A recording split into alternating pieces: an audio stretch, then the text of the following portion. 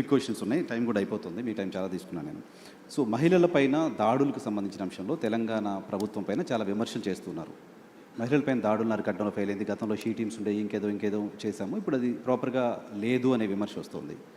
రీసెంట్గా కేంద్ర మంత్రి బండి సంజయ్ గారి కుమారుడికి సంబంధించిన అంశం ఒకటి ఉంది, దానిలో ప్రభుత్వం ప్రాపర్గా యాక్ట్ చేయలేదు లాంటి ఒక విమర్శలు మీ ప్రభుత్వం ఫేస్ చేస్తుంది. అంటే నేను అనేది మహిళల దాంట్లో నువ్వు పాత కేసులు ఇప్పుడు క్రైమ్ చూడు, మేము నియంత్రించింది చూడు, గతంలో జరిగిన బ్రూటల్ రేప్స్ కానీ టీఆర్ఎస్ లీడర్లే ఇన్వాల్వ్ అయ్యి మహిళల మీద చేసిన దాడులు కానీ అన్నీ లెక్క తీసుకో. ఎస్, నువ్వు అన్నది బండి సంజయ్ గారి వివాదం జరుగుతుంది. మొట్టమొదట 8th రోజు 8వ తారీఖు రోజు రాత్రి 7:30 గంటల 8 గంటల ప్రాంతంలో వాళ్ళ మదర్ పేట్ బషీరాబాద్ పోలీస్ స్టేషన్కి వచ్చి ఒక ఫిర్యాదు చేసింది, మా అమ్మాయి మీద లైంగిక దాడి జరిగింది, మీరు ఫిర్యాదు చేయండి అని. వితిన్ ఏ అవర్ మేము ఫోక్సో కేసులు కట్టి తల్లి ఇచ్చిన స్టేట్మెంట్ మీద రికార్డ్ చేసినాం. ఒక కంప్లైంట్ వచ్చినాక 24 గంటల లోపల ఆ అమ్మాయి బాధితురాలి స్టేట్మెంట్ తీసుకోవాలి. ఇక్కడ ఆ అమ్మాయి మైనర్ అనేది ఎవరు ప్రూవ్ చేయాలా? ఇమ్మీడియట్గా అమ్మాయితోనే వెళ్ళి స్టేట్మెంట్ తీసుకొని సెక్షన్స్ ఆల్టర్స్ చేసినాం. 10th రోజు ప్రధానమంత్రి ఇక్కడికి వచ్చింది. మేము ఎక్కడికి వెళ్ళాలి? ప్రధానమంత్రికి 9-10 తారీఖు 10,000 మంది పోలీసులతో రక్షణ కల్పించాల్సి వచ్చింది. ప్రధానమంత్రి గారు ఒక్క ప్రోగ్రామ్ అటెండ్ కావాలి, 6 ప్రోగ్రాంలు అటెండ్ అయ్యాడు. హైటెక్ సిటీ కావచ్చు, సింధు హాస్పిటల్ కావచ్చు, పవన్ కళ్యాణ్ కావచ్చు, చంద్రబాబు నాయుడు గారు కావచ్చు, బేగంపేట కావచ్చు, పరేడ్ గ్రౌండ్లో పబ్లిక్ మీటింగ్. వేలాది మంది కార్యకర్తలు వచ్చినప్పుడు సిస్టమ్ మొత్తము 4 days కంటిన్యూస్గా 10,000 పోలీసు ఈ మొత్తం కమిషనరేట్లలో అందరూ అక్కడనే డిప్లాయ్ చేయాల్సి వచ్చింది. Prime minister security. చిన్న మిస్టేక్ జరిగితే ఏం జరుగుతుందో నీకు తెలియదేముంది. అందులో హైదరాబాద్ హై సెన్సిటివ్ సిటీ, రకరకాల దేశంలో ఏ మూలన ఐఎస్ఐ దాడులు జరిగితే కూడా దాని మూలాలు అప్పుడప్పుడు హైదరాబాద్లో వెళ్తూ ఉంటాయి. సో ప్రధానమంత్రి పర్యటనను చాలా సీరియస్గా తీసుకొని 10th రోజు 11th పొద్దున్నే ఇమ్మీడియట్గా సెక్షన్స్ ఆర్డర్స్ చేసి ఇమ్మీడియట్గా వాళ్ళ ఇంటికి వెళ్ళి నోటీస్ ఇచ్చినాం. ఇప్పుడు దాంట్లో అమ్మాయి డేట్ ఆఫ్ బర్త్ ఇష్యూస్ మీద 2 రకాల ఆరోపణలు ఉన్నాయి. 2 రకాల ఆరోపణలు ఉన్నప్పుడు ఇప్పుడు బండి సంజయ్ వాళ్ళ కొడుకు కూడా పోయి పోలీస్ స్టేషన్లో అంతకంటే ముందే కంప్లైంట్ ఇచ్చిన. వాళ్ళు కంప్లైంట్ ఇచ్చిన తర్వాత 2 గంటల తర్వాత వీళ్ళు వచ్చి కంప్లైంట్ ఇచ్చారు. ఇప్పుడు అతను ఇచ్చిన కంప్లైంట్ కరీంనగర్లో ఇచ్చిండు, వీళ్ళు ఇచ్చిన కంప్లైంట్ సైబరాబాద్లో ఇచ్చిండు.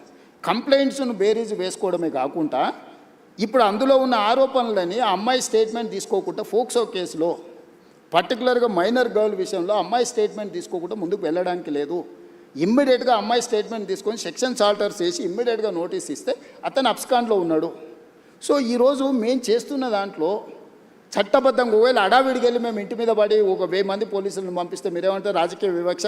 ప్రధానమంత్రి సభ విజయవంతమైనందుకు రేవంత్ రెడ్డి గారు భారతీయ జనతా పార్టీకి భయపడిపోయి బండి సంజయ్ మీద పోలీసులతో దాడులు చేయించడానికి మళ్ళీ మీరే మాట్లాడేటోళ్ళు. సో ఇప్పుడు ఎవరికి మా ప్రభుత్వంలో నేను మీకు చెప్తున్నా, అది సినిమా స్టార్లు అయినా సరే, ప్రజాప్రతినిధులైనా సరే, వాళ్ళ పిల్లలైనా సరే, ఎవ్వరికి మినహాయింపు లేదు. మీరు నన్ను చూసిండ్రు, సినిమా తారల విషయంలో ఎట్లా వ్యవహరించినా, ప్రజాప్రతినిధులు డ్రగ్స్లలో దొరికితే ఏ రాష్ట్రంలోనైనా ఏ పార్టీలైనా నేను ఏ విధంగా తీసుకొచ్చినా ఇందులో కూడా ఎలాంటిది లేదు. ఇది మైనర్ గర్ల్ ఇష్యూ. మేము గట్టిగా చెప్పడానికి లేదు, ఎట్లా పడితే అట్లా వ్యవహరించడానికి లేదు. ఆ బాధిత కుటుంబానికి రాష్ట్ర ముఖ్యమంత్రిగా నేను న్యాయం చేస్తానని ఒక హామీ ఈ వేదిక నుంచి ఇవ్వగలుగుతారా సార్? నేను అనేది ఎవరైతే నేరస్తులు ఉందో 100% శిక్షించే బాధ్యత నాది. హోంశాఖనే కాదు, నేను ముఖ్యమంత్రిని, నేను పక్కడ్బందీగా ప్రణాళిక చేస్తున్నా. నేను ఒకవేళ సహాయం చేయాలనుకుంటే ఫోక్సో కేసే పెట్టాను కదా నర్సింగ్. ఫోక్సో కేసు పెట్టిన కంప్లైంట్ వచ్చిన గంటలో ఫోక్సో కేసు పెట్టిన అంటే what is my commitment? POCSO case ఎందుకు పెడతాం? ఏదో అమ్మాయి వచ్చింది, మదర్ వచ్చింది, మదర్ కంప్లైంట్తోని ఫోక్సో కేసులు పెట్టడం సీరియస్ సెక్షన్స్ పెట్టలేము. బాధితురాలి యొక్క స్టేట్మెంట్ తీసుకున్న తర్వాతనే మనం చేయాలి. ఈ చట్టంలో ఉన్న నిబంధన. సో ఇప్పుడు కొన్నిసార్లు మైనర్ పిల్లలు ప్రేమించుకుంటారు, వాళ్ళ ప్రేమ విషయం తల్లిదండ్రులకు నచ్చకపోతే తల్లిదండ్రులు కొన్నిసార్లు కోపానికి వస్తారు, కొన్నిసార్లు డిఫరెంట్గా వాటి మీద ఒత్తిడి తీసుకొస్తుంటారు. ప్రభుత్వం అనేది అసర్టైన్ చేసుకోవాలి కదా. దట్టు ఒక ప్రధానమంత్రి వచ్చే ముందల వచ్చిన 2 ఫిర్యాదులు, అక్కడనేమో హానీ ట్రాప్ అని బండి సంజయ్ కుటుంబం కేసు పెట్టింది, ఇక్కడేమో మైనర్ అమ్మాయి మీద లైంగిక దాడి జరిగిందని వీళ్ళు కేసు పెట్టారు. రెండింటిని పరిశీలించడానికి పోలీసులకు కనీసం 24 గంటలని పడితే వాళ్ళు ఇచ్చింది రాత్రిపూట. ఒక ఆయన 8వ తారీఖు 5 గంటలకు ఇస్తే ఇంకొకరు 8వ తారీఖు 9 గంటలకు ఇచ్చారు. 9వ తారీఖు నాడు ఎంబడే మేము రంగంలో దిగి పోలీసులు మొత్తం తీసుకొని మొత్తం స్టేట్మెంట్స్ రికార్డ్ చేసి సెక్షన్స్ ఆల్టర్ చేసిన 9 తారీఖు 10 తారీఖు నాడు ప్రధానమంత్రి మొత్తం నేను పర్యటనలో ఉన్న మొత్తం వ్యవస్థ ఉంది. 11 పొద్దున్నే నేను సమీక్ష చేసి ఒక ఉమెన్ ఐపీఎస్ ఆఫీసర్ని అపాయింట్ చేసి కంప్లీట్గా డీటెయిల్ చేసి సెక్షన్స్ ఆల్టర్ చేసి బండి సంజయ్ ఇంటికే కాదు, బండి సంజయ్ బావమరిది ఇంటికి ఢిల్లీలో కూడా అందరినీ 5 పోలీస్ టీంలను ఈరోజు పంపించినాం. ఓకే. ఎక్కడన్నా ప్రభుత్వం కేసుని ఏమైనా డైల్యూట్ చేసిందా? ఇప్పుడు కొడుకు నేరం చేస్తే తండ్రిని అరెస్ట్ చేస్తారా? నువ్వు చెప్పు. ఇట్లాంటి కేసులలో ఇప్పుడు కొడుకు ఏదైనా తప్పు చేసిండు అంటే బండి సంజయ్ని అరెస్ట్ చేయాలా? ఏం కోరుకుంటుండ్రు? ఇప్పుడు బండి సంజయ్కి బీఆర్ఎస్ వాళ్ళకు పొసగలేదా, పొసిగిందా, ఎక్కడైనా తేడా వచ్చిందా, ఇవన్నీ నేను చెప్పలేను. కానీ ఆర్ఎస్ ప్రవీణ్ కుమార్ గారు వాలంటీర్ రిటైర్మెంట్ తీసుకున్న ఆఫీసర్, ఆయనే ఇన్వెస్టిగేటింగ్ ఆఫీసర్ అనుకుంటా. ఆయన ఐపీఎస్ కాదు, ఇప్పుడు is no more IPS officer. ఆయన రిటైర్ అయిపోయింది. ఓ గడీలకు వ్యతిరేకంగా కొట్లాడుతున్నాడు. ఇప్పుడు ఆ గడీల దగ్గరనే గులాంగిరి చేస్తున్నాడు. పోలీసులు బెదిరిస్తున్నారు బాధిత కుటుంబాన్ని. ఎవరికి అవసరం ఉందా? పోలీసు బెదిరిస్తే కేసు ఎందుకు కడతాము? ఇప్పుడు ఇది మినిమం లాజిక్. కంప్లైంట్ వచ్చినప్పుడే పోక్సో కేసు కట్టిన ప్రభుత్వం బెదిరించినట్ట, లేకపోతే బాధితురాలు పక్షాన నిలబడ్డట? ఇమ్మీడియట్గా అమ్మాయి స్టేట్మెంట్ను తీసుకొని ఆ స్టేట్మెంట్ ప్రకారం సెక్షన్స్ ఆల్టర్ చేస్తే మేము బాధితురాలి పక్షాన్ని ఉన్నట్ట, లేకపోతే అవతల పక్షాన్ని ఉన్నట్ట? ఇప్పుడు వీళ్ళ ప్రాబ్లము కేటీఆర్ గారికి, ప్రవీణ్ కుమార్ గారికి, బండి సంజయ్కి పంచాయతీ ఉండొచ్చు. ఆ పంచాయతీ రాజకీయాలలో వాళ్ళు ఏమన్నా తెలుసుకొని ఎవరినెవరైనా తిట్టుకొని ఎవరినెవరైనా కొట్టుకొని, ఇప్పుడు ఆయన ఎవరో వాళ్ళ ఎమ్మెల్యే తిట్టిండు, వాళ్ళు వచ్చి వీళ్ళని తన్నిండ్రు. ఆయన ఏమంటుండు, వాడు తిడితే నేను దాంతో నాకు తెలిసిన చదువు ఇదే అని ఆయన అంటుండు. నేనేమంటున్నా, ఎవరు ఫిర్యాదు చేసినా కూడా దానికి క్షుణ్ణంగా పరిశీలించి కేసులు కచ్చి చట్ట ప్రకారం శిక్షిస్తా అంటున్నా. ఇన్ని రోజులు బీఆర్ఎస్ వాళ్ళు ఏమన్నారు, మన బీజేపీ వాళ్ళు ఏమన్నారు, రేవంత్ రెడ్డి కేటీఆర్ను కేసీఆర్ను జైల్లో పెడతలేడు, వీళ్ళిద్దరు కుమ్ముక్కైనరు అన్నారు. ఇప్పుడు బీఆర్ఎస్ వాళ్ళు ఏమంటున్నారు, రేవంత్ రెడ్డి బీజేపీ వాళ్ళు కుమ్ముక్కైనరు, బండి సంజయ్ని జైల్లో పెడతలేడు. ఇప్పుడు కేటీఆర్కి సంబంధించిన కేసులు ఉంటే పద్ధతి ప్రకారం విచారణ ఛార్జ్షీట్లు ఫ్లైన్ చేసినాం. ఏసీబీ ఇప్పుడు నోటీస్ ఇచ్చింది కదా. నేను ఎవరి పట్ల, బీఆర్ఎస్ అయినా, బీజేపీ అయినా, ఎంఐఎం అయినా, ఇంకో రాజకీయ పార్టీ ఏదైనా, నా పార్టీలో ఉన్న వాళ్ళనైనా చట్ట ప్రకారం విచారణ చేసి, ఇది పిల్లల భవిష్యత్తుకు సంబంధించింది. వైఎన్ఆర్ నేను క్లియర్గా చెప్తాను, ఇది పిల్లలకు భవిష్యత్తుకు సంబంధించింది. ఏ చిన్న మిస్టేక్ విచారణలో ప్రభుత్వం చేసినా ఆ పిల్లల జీవితాలు పూర్తిగా దెబ్బతింటాయి. అది అమ్మాయి కావచ్చు, అబ్బాయి కావచ్చు. ఇప్పుడు ఆ అమ్మాయికి సంబంధించి 2 డేట్ ఆఫ్ బర్త్లు, 2 సర్టిఫికెట్లు ఉన్నాయని వాళ్ళకు ఫిర్యాదు చేశారు. నేను అసర్టైన్ చేసుకోవాలి కదా. ఇప్పుడు ఆ స్కూల్కి వెళ్ళాలన్నా, 10th క్లాస్ సర్టిఫికేట్ తీసుకోవాలన్నా, ఆ అమ్మాయి ఏ హాస్పిటల్లో జన్మించిందో హాస్పిటల్ నుంచి బర్త్ సర్టిఫికేట్ తీసుకోవాలన్నా, ఆ అమ్మాయికి సంబంధించిన ఆధార్ కార్డు తీసుకోవాలన్నా, ఈ 3 రకాల సర్టిఫికెట్లు సేకరించాలంటే పోలీసుల కనీసం 24 గంటలు పట్టదా?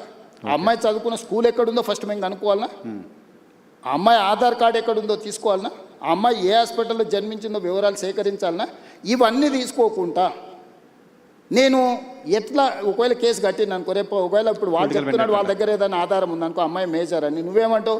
బండి సంజయ్ మీద పడక వాళ్ళ పిల్లగాని మీద రేవంత్ రెడ్డి రాజకీయంగా ఎదుర్కోలేక పిల్లగాన్ని అడ్డం పెట్టుకొని రాజకీయాలు చేస్తుండు. ఇప్పుడు ఒక రోజు లేట్ కావచ్చు ఆధారాలు సేకరించడం, శిక్ష నుంచి ఎవరు తప్పించుకోలేరు. ఆలస్యం కూడా వివరాలు సేకరించడానికి ఇది ఆలస్యం అని కూడా నేను అనట్లేదు. మేము ఇమ్మీడియట్గా నోటీస్ ఇచ్చినాం, ఇంటికి గోడ కతికిచ్చినాం, పోలీస్ టీంలను పంపించినాం, ఢిల్లీకి పంపించినాం. మేము అన్ని రకాల ప్రయత్నాలు చేస్తున్నాం. మేము హార్ష్గా బిహేవ్ చేయలేము. నేను హార్ష్గా నన్ను జైల్లో పెట్టిన కేసీఆర్ కుటుంబం పట్ల ఎప్పుడైనా హార్ష్గా వ్యవహరించినా? 28 నెలలు అయింది.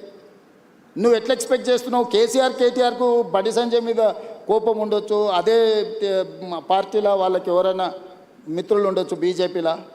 కవిత గారే ఏం చెప్పిండ్రు, బీజేపీలో విలీనం చేయడానికి హరీష్ కేటీఆర్ నా దగ్గర జైలు ప్రతిపాదన తెస్తే నేను తిట్టేలా కొట్టి నేను చెప్పిందా? అట్లా కాదు.